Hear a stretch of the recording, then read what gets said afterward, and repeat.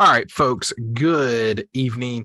It is October the 24th, and we've got some drama in the StableFund ecosystem. And so we're just going to get right into this video via our share screen.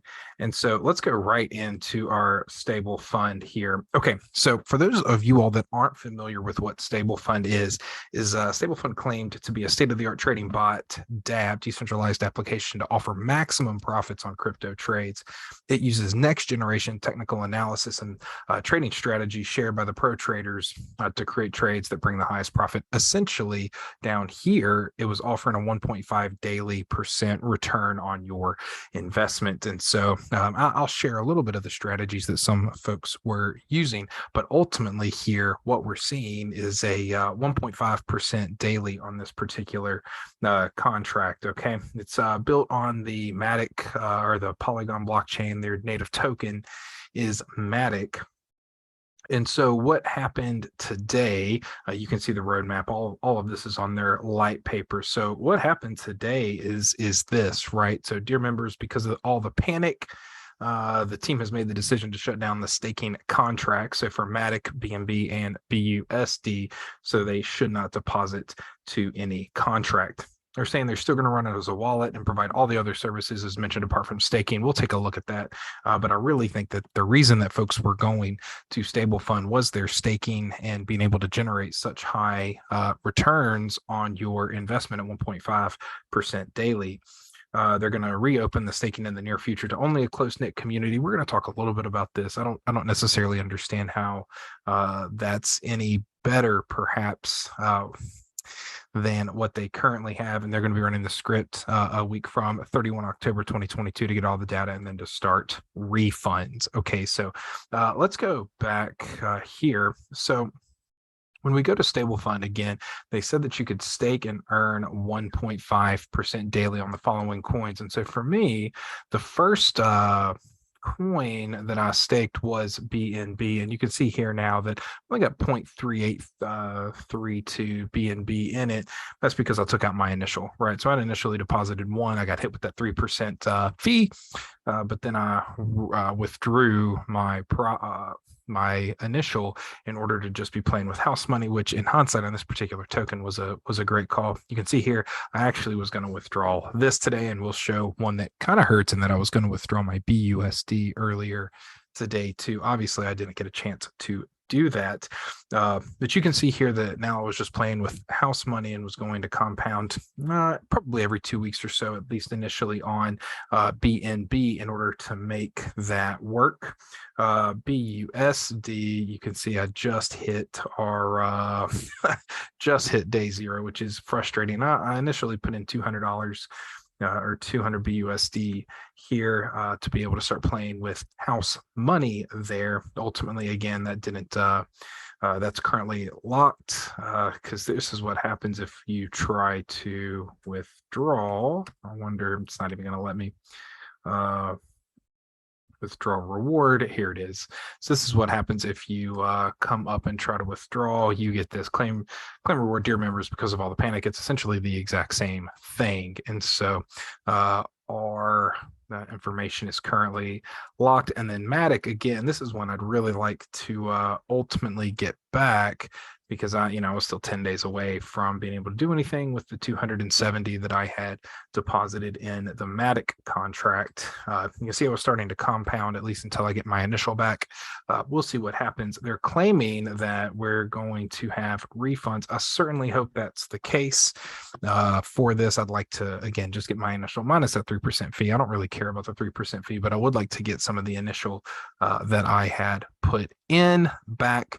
The Telegram, as you can see, is just full of a lot of FUD. You can see though that a lot of folks still believe in the project. They believe in the staking. I would love to be able to get that.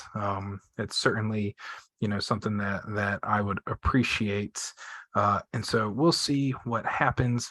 It's not been a great couple of days in decentralized finance, of course, we have this situation happen. Then we have, Horde changing their mechanism for folks that withdraw. And then you have the issues out of yield nodes right now. And so really it's been a frustrating couple of days in DeFi.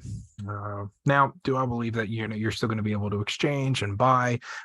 Maybe. Can they still operate it as a wallet? Yeah, maybe. So we'll see if all that happens. But if you were in StableFund, I'd be interested to know kind of what you were thinking right here. Let's go back to one additional point here in this announcement. So the only thing that I could see here in this highlighted section, so we shall reopen staking in the near future only to a close-knit community. The only benefit that I see there is that you're going to have less volatility, right? You're not going to have folks that get spooked per se and then attempt to withdraw everything all at once. I do think, though, that in this kind of wild west that we're operating in, it does make so much sense for folks to withdraw their capital, right? Take out their initial investments. That way you're just playing with house money. That way, if the project rugs, and there are folks that are calling this a rug. I don't know that it's going to be, but if something like that were to happen, you certainly can recoup all of your funds. And so where you are playing with house money, and so it hurts a little bit less. Certainly, I'm glad I didn't YOLO into this. I haven't really YOLO'd into any of the projects that I've been working with. I've been doing slow amounts, seeing what sticks, seeing what's sustainable, and then really keeping kind of the basis of my operation still GPU mineable coins. That way, because that they're there. My number one project right now still is Flux. I have a lot of belief in Flux, and that certainly is a long-term investment for me. I haven't sold any Flux, and I don't plan on selling any Flux coming up. So anyways, this is where we're at with StableFund. If you're invested in StableFund, certainly take a look at what's going on. Take a look and maybe just familiarize yourself with what's going on. That way you can at least understand what your investments, what's happening with your investment.